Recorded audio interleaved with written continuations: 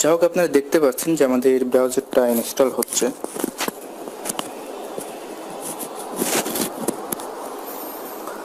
তো অনেক সময় পেন্ডিং অবস্থায় ছিল, তারপরে কিন্তু আমাদের ব্রাউজারটা ইনস্টল শুরু হয়েছে। তো যেহেতু এটা ফার্স্ট টাইম অনেক কিছু আপডেট লাগে, যার কারণে কিন্তু এটা অনেক সময় লাগে এবং এখন পর্যন্ত হয়তো আপডেট চলতেছে।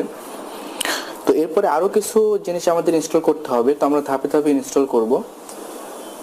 তো দেখি কতদূর পর্যন্ত যেতে পারি। আসলে কিছু কিছু কাজ আছে যেগুলো আসলে করাটা অনেক প্রবলেম। যেমন এই কাজটা আমরা আলাদা ক্যামেরা ইউজ করে কিন্তু ভিডিওগুলো বানানো লাগতেছে।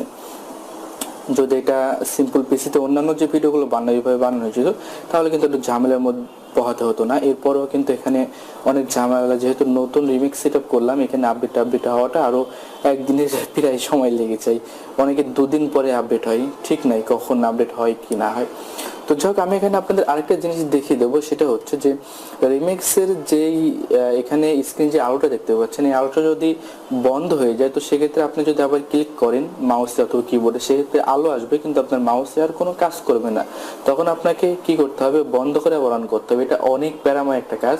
তো তার জন্য আপনারা যেটা করতে পারেন, আমি অলরেডি করে ফেলছি, তারপর আপনাদের দেখাচ্ছি। এখানে ক্লিক করবেন, ক্লিক করার পর এখান থেকে আপনারা সেটিংয়ে ক্লিক করবেন। তো সেটিংটা কোথায়, একটু নিচের দিকে আসছে, এই যে সেটিংয়ে ক্লিক করবেন। সেটিংয়ে ক্লিক করার পরে ডিসপ্লে সেটিংয়ে আসবেন। আসার পরে এখানে আপনার স্লিপে ক্লিক করবেন।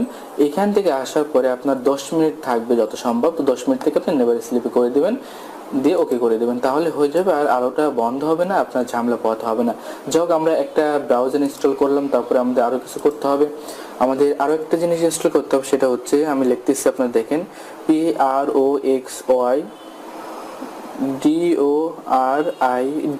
এটা আমাদের লাগবে, এটা আমাদের প্রক্সি ধরার জন্য এটা আমাদের আবশ্যক। ফার্স্ট টাইমে চলে আসছে, তো আমরা এটা জাস্ট এখানে ক্লিক করে আমরা ইনস্টলে ক্লিক করে অ্যাকসেপ্টে ক্লিক করি।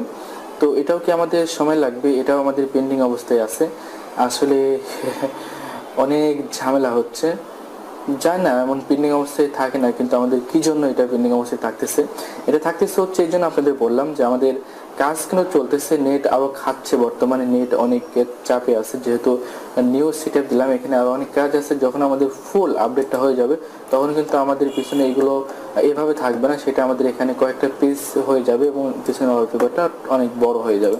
তো যাই হোক, আমরা যেহেতু সময় নিয়ে করতে যাচ্ছি না, এভাবেই আস্তে আস্তে করতে থাকি যে কতদূর যেতে পারে।